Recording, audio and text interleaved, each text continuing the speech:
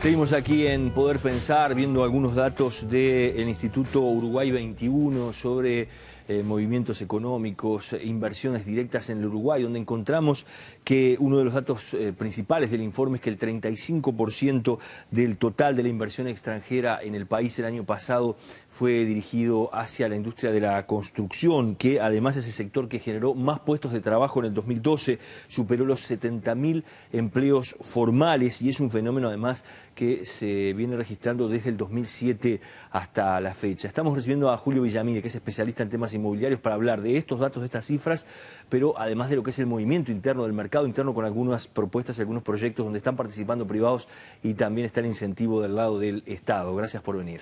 Gracias por la invitación. Números que impactan si vemos lo que significa hoy la industria de la construcción en Uruguay. Sí, son números importantes, ¿no? En términos de participación del producto, que si bien ha crecido... En un 9-10% aproximadamente.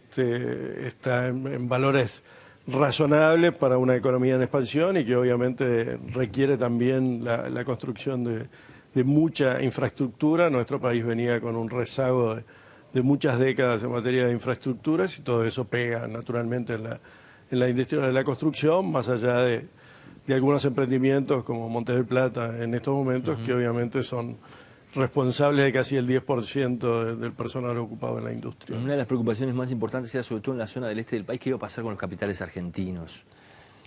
Sí, naturalmente que los capitales argentinos se han retraído, la inversión de argentinos en el sector inmobiliario ha caído desde la aplicación del cepo cambiario el 31 de octubre de 2011, ha sido bastante notorio, y en particular cuando se ensanchó la brecha entre el blue y el dólar oficial, porque los productos inmobiliarios uruguayos pasados a pesos argentinos son muy caros para el consumidor argentino y obviamente eso ha limitado bastante la participación. De todas formas, hay muchos argentinos que han invertido y siguen invirtiendo, hay muchos que han invertido en viviendas de interés social aquí en Montevideo, pero bueno, eso ya lo hablaremos específicamente. Iba a decir si se dio de alguna obra grande, por ejemplo, proyectada para Punta del Este, que se haya detenido, en algún momento hubo algún planteo de esas características, ¿finalmente se concretó en este arranque del año? Sí, hay algunas obras que no habían empezado y que probablemente posterguen el inicio. No conozco ninguna que se haya detenido, es decir, que ya estuviera en un proceso constructivo y se haya detenido, pero sí conozco algunas que no empezaron las obras y probablemente, no digo que no las hagan, sino que probablemente esperen una mejor ocasión.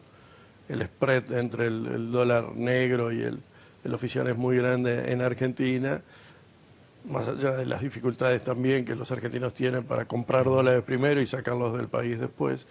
Todo eso hace que obviamente Punta del Este, donde los argentinos son los principales compradores, sientan más el impacto que aquí en Montevideo, donde los argentinos eran importantes recién en los últimos 2 o 3 años, pero tradicionalmente nunca invirtieron. Usted mencionó el tema Montes del Plata, ha sido puesto bajo la lupa lo que es este megaproyecto, porque bueno, va a llegar un momento donde la mano de obra va a empezar a caer y eso puede generarle un problema al sector de la construcción. ¿Cómo ve eso que muchos vaticinan va a pasar a mitad de este año? Sí, la obra está prevista que se termine sobre el último trimestre del año. Naturalmente allí están trabajando más de 6.000 obreros en estos momentos.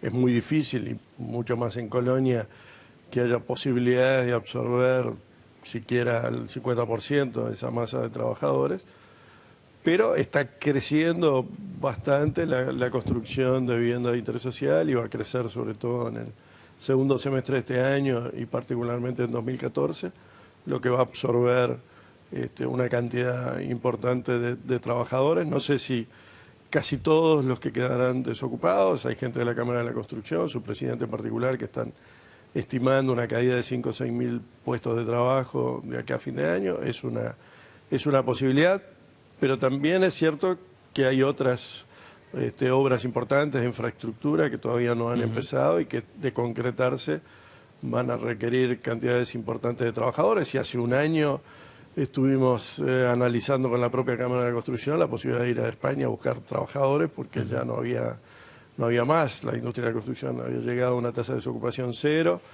no existía a nivel local personal calificado y teníamos por delante obras importantes. Por lo tanto, yo no creo que el panorama sea dramático. Habrá que ver cómo se equilibran. El mercado inmobiliario además está cambiando este año muy bruscamente. Tenemos que considerar que más del 80% de los metros cuadrados se hacían en Punta del Este y en la costa de Montevideo. Y hoy apenas el 40% se está haciendo en esos lugares. Es decir, está cobrando protagonismo otras ciudades, como el caso Maldonado, y otros barrios, como las áreas centrales de Montevideo, etcétera. Estamos pasando de un modelo de negocio inmobiliario en el que apuntábamos básicamente a los inversores, a los que compraban para revender o a los que compraban para alquilar, a un modelo de negocios destinado más que nada a usuarios finales. Y estamos en un año bisagra, eso está cambiando. Estamos con un nivel de 4 o 5 mil viviendas presentadas para vivienda de interés social, que obviamente estamos hablando, eso equivale a casi 4 años de construcción, 3, 4 años de construcción en Montevideo. En la aparente calma se están dando revoluciones importantes. ¿Quién está invirtiendo en este plan de vivienda social, que básicamente lo que hace es dar una serie de beneficios a través de la quita de impuestos a los empresarios, siempre y cuando se construyan esos núcleos en determinados puntos de la ciudad o de las ciudades? ¿Qué es lo que busca el empresario allí? Ha habido una muy buena respuesta. Usted decía, se pueden llegar a sumar 5.000 viviendas nuevas de aquí a 4 años. No, 5.000 viviendas se presentaron apenas en el primer año de vigencia de la ley. Tenemos que contextualizar esto en un mundo en el que las oportunidades de inversión han caído drásticamente, las tasas de interés están cercanas a cero y a su vez la propia volatilidad de los mercados internacionales hace que los riesgos de cualquier colocación en acciones, etcétera, que podía resultar atractiva para muchos ahorristas hace algunos años, hoy ya no es tan atractiva. Por lo tanto, el sector inmobiliario es un refugio, lo es incluso en Estados Unidos. Prácticamente uno de los indicadores más prósperos que muestra la economía norteamericana hoy es la suba de la construcción de viviendas nuevas, la suba de los precios en algunos sitios como Miami, etcétera. También está empezando a pasar en las buenas zonas de España, etcétera. O sea, el refugio en el mercado inmobiliario es un refugio mundial frente a las dificultades que están teniendo los bancos. ¿Son capitales locales? No siempre, no siempre. Por ejemplo, el crecimiento, el mercado de arrendamientos en Uruguay desde el siglo XIX, 1880, hasta el 2004, se contrajo de manera constante. Es decir, fines del siglo XIX, el 80% de las familias, para hacerlo simple, en Montevideo eran arrendatarios y en el 2004 apenas 20% de la familia. A partir de ahí empezó a crecer y en los últimos años ha crecido en un orden de magnitud que requirió que entre 4 y 6 mil millones de dólares se hayan colocado por parte de inversores, tanto en Montevideo como en el interior, en viviendas para alquilar. Eso ha permitido que incluso los alquileres, que subieron muchísimo, no hayan subido mucho más, porque para tener una idea, en los últimos 6 años, cada 100 hogares nuevos que se agregan en Montevideo, se han agregado 114 hogares arrendatarios. Entonces la presión sobre el mercado de alquileres ha sido enorme, pero a su vez, en un marco de libre contratación y de ausencia de alternativas de inversión atractivas financieras, la gente ha optado por volver, como a fines del siglo XIX y principios del siglo XX, al ladrillo como un vehículo de refugio de valor y de obtener una renta atractiva. Afortunadamente eso es así y estos capitales han provenido de ahorros propios. Yo creo que los 1.500 millones de dólares que se han invertido en el interior en viviendas para alquilar deben haber sido 80-90% de ahorro de excedentes del campo que se han radicado en las ciudades más cercanas a la explotación agropecuaria. Y aquí en Montevideo ha habido un mix de inversores del exterior, algunos europeos, muchos argentinos y también inversores locales. ¿Cómo imagina usted el impacto que van a tener estas viviendas que se van a sumar a través de estos planes de vivienda social y qué puede pasar con los alquileres en los próximos años?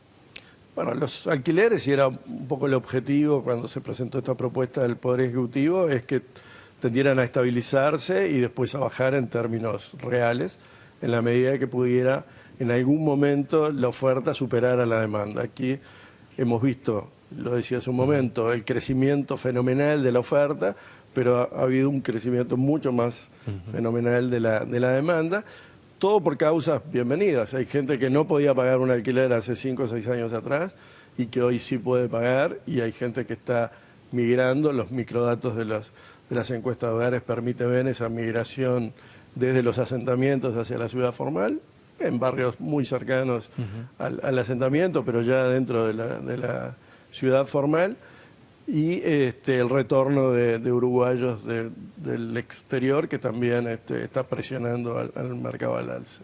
En el momento en que buena parte de las viviendas, de estas 5.000 viviendas, se vuelquen al mercado como oferta de alquiler, bueno, ahí en principio se equilibrará oferta y demanda, y después probablemente la oferta crezca hasta que los precios empiecen a bajar, y después, bueno, habrá un arbitraje natural en el que en algún momento el inversor dirá, bueno, la renta que estoy obteniendo por este tipo de inversiones ya no me resulta atractiva. Que el grueso de esas viviendas van a ir para alquiler, no para propietarios finales. Un porcentaje importante, no me atrevería a decir qué porcentaje, pero un porcentaje importante están siendo adquiridas por inversores con destino a renta. El 100% de los argentinos que han comprado y están comprando viviendas de interés social las compran con el objetivo de colocarlas en alquiler, porque les atrae mucho la posibilidad de por 10 años no pagar el impuesto a la renta de capital y no pagar el impuesto al patrimonio. Es decir, no pagar impuestos, pero hacerlo legalmente les seduce. Eso le asegura este plan durante 10 años. Sí, exactamente, como forma de estimular el incremento de la oferta